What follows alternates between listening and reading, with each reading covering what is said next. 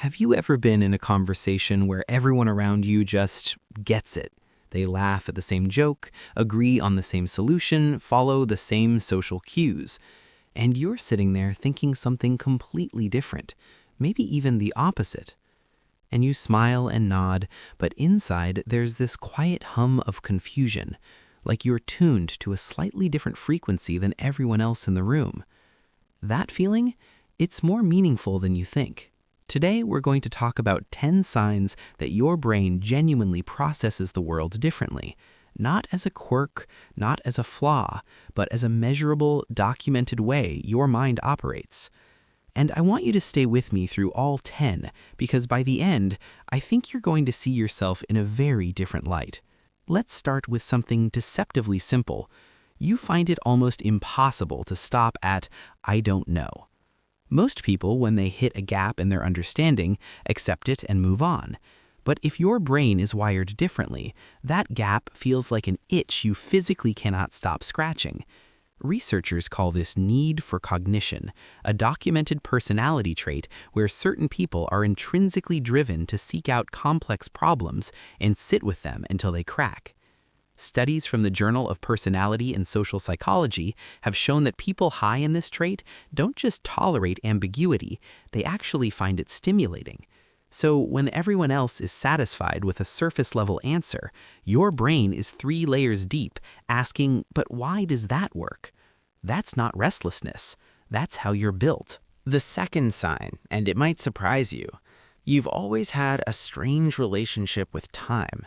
Not in a disorganized way necessarily, but in the way that time feels thicker in certain moments and almost non-existent in others. Psychologists studying time perception have found that people with highly active, divergent minds often experience what's called time blindness during states of deep engagement. You sit down to read something interesting and 4 hours vanish, or you're stuck in a boring meeting and 5 minutes feels like a geological era. This isn't laziness or poor discipline. It's your brain's dopamine system prioritizing tasks based on interest, not urgency. Your brain is essentially a high-performance engine that only really turns on when it cares about the road. Third, and pay attention here, you have a hard time reading your own emotions in real time. You might be brilliant at analyzing other people's feelings, even strangers, but when someone asks you how are you feeling right now, you pause. You genuinely don't know.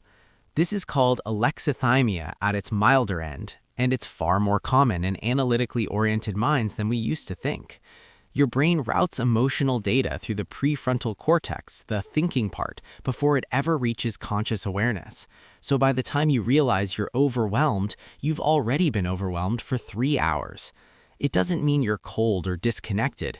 It means your brain processes feelings the way an engineer processes a blueprint, systematically, carefully, and always a little delayed. Fourth sign, you catastrophize and you rationalize, often at the exact same time. Your brain runs worst-case scenarios constantly, like a background program you never asked to install. But simultaneously, there's another part of you that can talk yourself out of almost anything with surprisingly calm logic. This is your brain's threat detection system working in overdrive, while your prefrontal cortex acts as a moderator. It's exhausting, honestly, but here's what the research tells us. People who catastrophize more actively also tend to be better prepared for genuine emergencies. Your brain is playing chess while most people are playing checkers. The anxiety isn't pointless.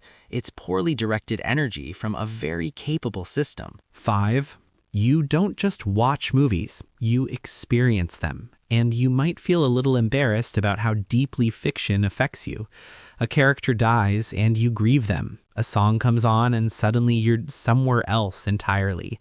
Neuroscientists call this mirror neuron hypersensitivity, and some researchers link it to what they call thin boundaries, a personality structure where the line between self and other is more permeable than average.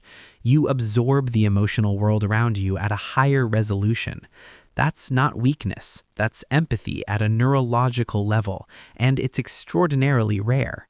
6. You often feel like you're performing being human rather than just being it. Social interactions require a kind of active translation in your mind.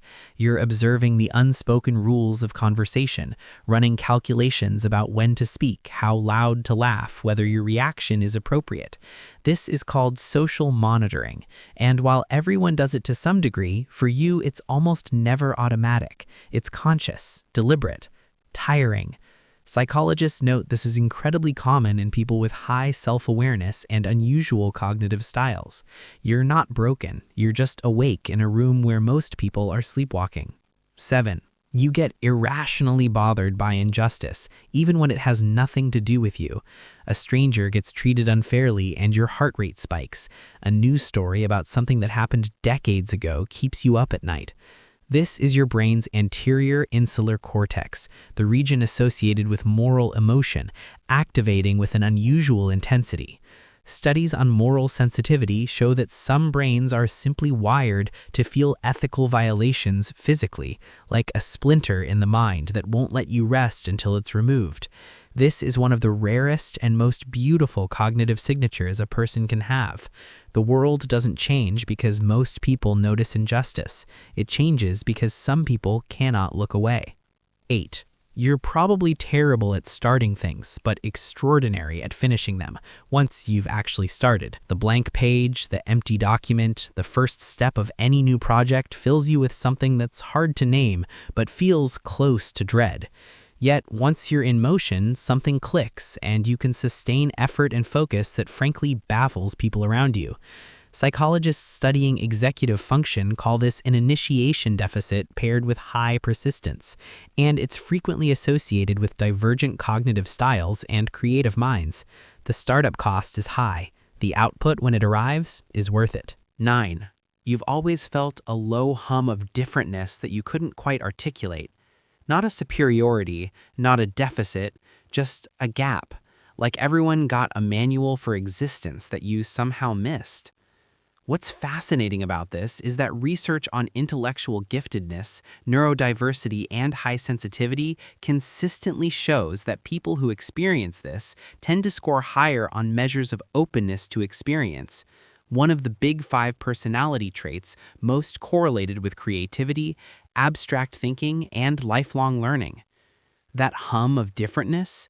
It's the sound of a brain that was never quite content to accept the world as it was handed to you. And 10, the one that might hit hardest. You've spent an enormous amount of your life wondering if something is wrong with you. You've Googled symptoms, you've taken online quizzes, you've sat across from friends who seemed so effortlessly normal and wondered what you were missing. Here's what I want you to hear. That self-questioning, that relentless inner audit is itself a sign of one of the most sophisticated forms of cognition known to psychology.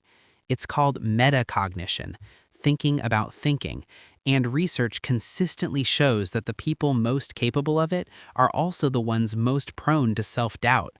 Your doubt isn't evidence of deficiency, it's evidence of depth. So where does this leave us? I think it leaves us here. Different isn't a diagnosis. It isn't a flaw buried in your code waiting to be patched. It is, in many ways, the engine behind the most interesting minds that have ever existed.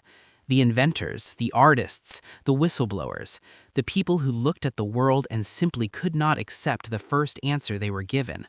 They all shared something with you. Your brain doesn't think like most people, and maybe, just maybe, that's exactly the point. If any of these signs felt uncomfortably familiar, I want you to drop a comment below. Just tell me which one hit hardest. I read them, and if you've been carrying around the quiet weight of feeling like you think differently, I hope this gave you at least a small piece of something you didn't have before, a name for it, and a reason to keep going. Take care of your mind. It's doing more than you know.